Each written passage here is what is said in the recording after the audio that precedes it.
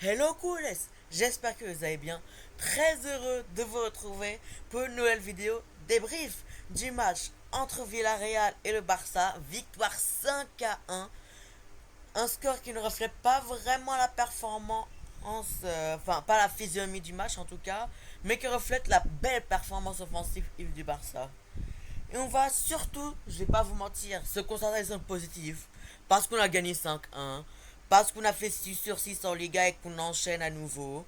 Et qu'on remarque que vraiment c'était que un faux pas face à Monaco.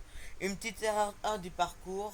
Mais maintenant on enchaîne, on est à nouveau là. Et on se prépare maintenant pour Retafe. Alors déjà, j'aimerais qu'on commence par parler de la compo. La compo très surprenante, la compo avec beaucoup de rotation, une compo qui quand je la vois, je n'étais pas serein. Je vais être honnête avec vous, quand je vois la compo, je n'étais pas serein pour le match. Je vois qu'il y a Martin sur le côté, je vois qu'il y a Dominguez, je vois qu'il y a Pablo Torre, je vois qu'il y a Eric Garcia en 6. Bon, Eric Garcia en 6, ce qui a pu aider déjà, c'est que sa performance en elle-même était meilleure. Et c'est que Pedri était à côté de lui, donc il a réussi à bonifier les ballons. Et c'est là qu'on voit que soit Flick a les plus grosses cojones du monde, ça va dépendre du résultat, ça. Soit Flick est le plus gros malade mental qu'on a jamais vu. Les deux, les deux résultats sont bons. Les deux décisions sont bonnes. Et c'est là que j'ai envie de parler de Flick. Parce que Flick, on l'a un peu critiqué après la FLF face à Monaco, que ce soit pour le choix de mettre Garcia à 6 à côté de Casado, que ce soit à cause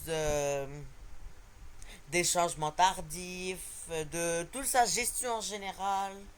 Il a tout corrigé à la lettre près. Et c'est exceptionnel, cette capacité à renouveler entre un match et un autre. Et là, vous voyez, 55e minute, 60e minute, il y a déjà des changements. Il y a déjà des changements, il y a déjà du jeu qui rentre, il y a déjà l'équipe qui se renouvelle, qui reste dans le match, qui reste dans le bain. Et c'est là qu'on voit que Flick est vraiment en train de créer un monstre avec Théma cette équipe. C'est quoi ça? Il reste quoi dans cette équipe? Ça, si vous me montrez cette compo et que vous me dites le Barça va gagner 5-1 avec cette compo face à Villarreal au début de saison, je vous dis vous avez fumé de la bœuf. Je vous dis vous êtes des malades mentaux. Je vous dis vous avez pété un plomb. C'est pas normal avec autant de blessés, avec autant de joueurs indisponibles, de rendre Marcelino comme ça. Il était choqué par de baiser le ref. Et c'est là que je veux parler de la performance collective en général qui a été très très bonne. Comme je vous l'ai dit, je ne veux pas me concentrer sur les erreurs parce qu'il y en a eu, que ce soit la, euh, la, la ligne défensive ultra haute suicidaire, Martin qui a pas été incroyable, F. Je ne vais pas m'attarder sur ça, mais je vais m'attarder sur le collectif et comment on a été une équipe soudée. C'est vraiment un collectif qui s'est créé. C'est vraiment une équipe qui est presse. À 93e minute, à 5-1, on est toujours en train de presser haut pour essayer de marquer le sixième. Et ça, je suis désolé, mais on ne le voyait jamais avant, ces dernières années. Franchement, la dernière fois que je l'ai vu, le Barça pressé jusqu'à la 93e alors qu'on gagnait d'autant, c'était à la Luis Enrique. Est-ce que vous avez vu ça avec Valverde? Avec Septième, clairement pas. Avec Coman, avec Xavi. Aucun de ces quatre-là n'a réussi à faire ça. Et Flick arrive à le faire en si peu de temps, avec autant d'absents. Et ça, c'est vraiment louable. Bon, par contre, petit mot sur le bémol de la soirée, Ter Stegen qui sort sur Civière.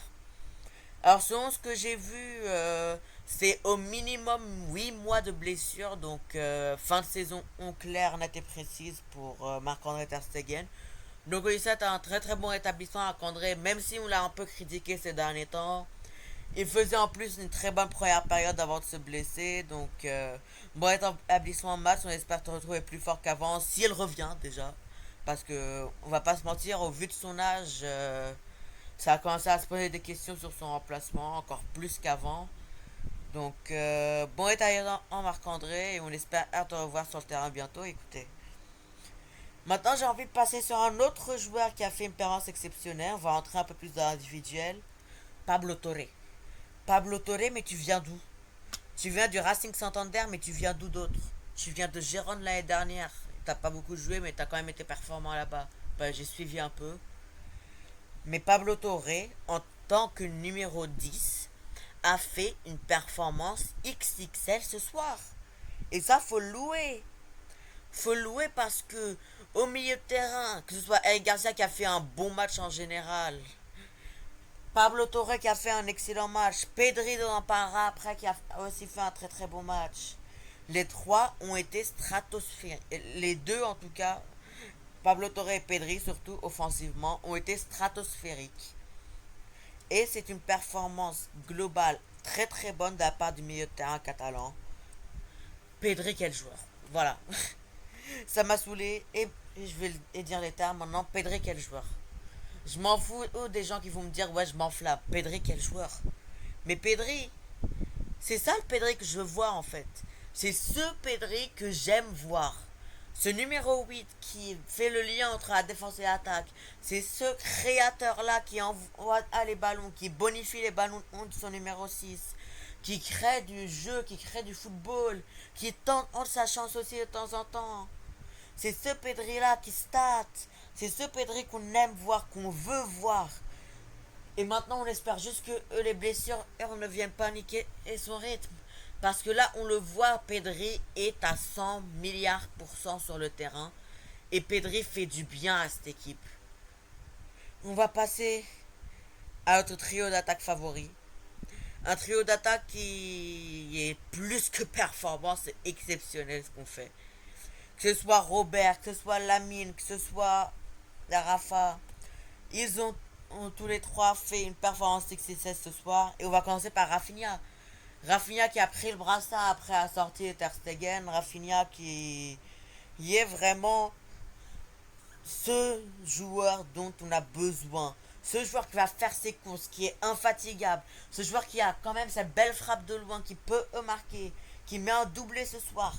Il fait une très très bonne performance, même si en première mi-temps il y avait des choses à lui reprocher, surtout en termes de finition. Mais c'est une performance XXL de Rafinha. C'est ce Rafinha-là qu'on attendait depuis l'année dernière, ce joueur-là qu'on voit depuis le match face au PSG et il enchaîne à nouveau une performance XXL. Et c'est vraiment ce capitaine. Regardez après que Yamal se soit fait charcuter par l'autre connard là de Cardona.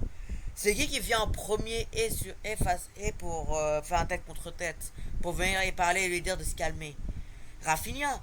C'est qui derrière d'ailleurs pour faire un petit mot sur Koundé qui était en retrait comparé à Yamal qui court directement, qui y arrive donc derrière, on ne voit pas sur la photo, mais il arrive aussi pour embrouiller Cardona. C'est ça dont je parle en termes d'équipe. C'est ça un capitaine qui vient défendre son équipe, qui est prêt à aller à la baston, qui est prêt à la guerre pour son équipe. C'est cette équipe-là que j'aime voir. Et maintenant, j'ai passé à Lamine Yamal. Lamine Yamal qui a encore fait une performance XXL. Lamine qui a encore une fois été décisif pour un 8e, 9e, 10 millième match consécutif, je sais même plus combien. Lamine Yamal qui fait une performance XXXL. Il l'enchaîne, il continue, il est magnifique, il est exceptionnel. Lamine Yamal, à 17 ans, ce n'est pas normal. Faut arrêter de normaliser ses performances à 17 ans. Actuellement, aujourd'hui, quel joueur peut se mettre à la table de Lamine Yamal et dire je fais un meilleur début de saison que toi? Qui? Qui? Allant à la limite en termes de stats, ok, mais Yamal, dans tout ce qu'il fait de manière générale, c'est lui actuellement le meilleur joueur du début de saison. Et je suis désolé, et pour ceux qui ne seront pas d'accord avec moi, mais on peut discuter. Lamine Yamal, 17 ans, à ce rythme-là, c'est top 5 ballons d'or. C'est top 5 ballons d'or et il n'y a pas de débat à ce sujet-là. Bon, c'est encore très tôt pour en parler. Mais franchement, ce mec, il peut gratter déjà le top 5 ballons d'or de cette année. C'est possible, c'est une possibilité. Et celui de l'année prochaine, il commence extrêmement bien sa saison, donc on sait jamais. Et il enchaîne encore une fois une très très belle performance. C'est lui qui répond présent. Encore une fois. On va passer à Lewandowski, mais Robert, j'ai pas envie de pas être content à propos de son penalty parce qu'on va pas résumer son match sur ça. Mais Robert a pas eu besoin de beaucoup courir ce soir. Il a su très bien se placer, il a su faire son match, faire sa belle performance, mettre son petit doublé. Même si j'aurais préféré qu'il donne honnêtement son penalty à Yamal. Mais je crois que c'est Lamine qui lui-même, après le ballon, il a donné à Levan pour qu'il le tire lui-même pour avoir son triplé. Bon, malheureusement, il le tire mal, mais on va pas s'attarder longtemps sur ça. Lewandowski qui nous sort une top performance encore une fois. Qui enchaîne à nouveau, qui stat encore, qui passe meilleur buteur de Liga. C'est très important, je pense, pour lui. Voilà, d'être devant Mbappé. Et voilà. C'est une très performance globale de l'équipe. Et surtout de la part de serial killer. Après, c'est normal quand ton équipe gagne 5-1 et donc ton buteur a été est bon un minimum. Donc voilà. Un petit point sur le classement. Bon, c'est que la sixième journée, mais la Eco qui a fait un faux pas d'ailleurs, donc qui a fait match nul si je me souviens bien, donc il soit à 6 points du Barça. Le Real qui reste à 4 points. Villarreal qui est désormais à 7 points. À la veste d'ailleurs, ça me surprend de les voir cinquième. Après, c'est que le début de saison, mais ils font quand même un bon début de saison. À voir à ce que ça va donner pour plus tard. Mais voilà, c'est tout pour cette vidéo. Plus 17 Starfula. C'est tout pour cette vidéo. Merci d'avoir regardé jusqu'au bout. N'hésitez pas à liker et à vous abonner pour la prochaine vidéo avant match face à Retafe. Et moi je vous dis à très bientôt. Visca le Barça!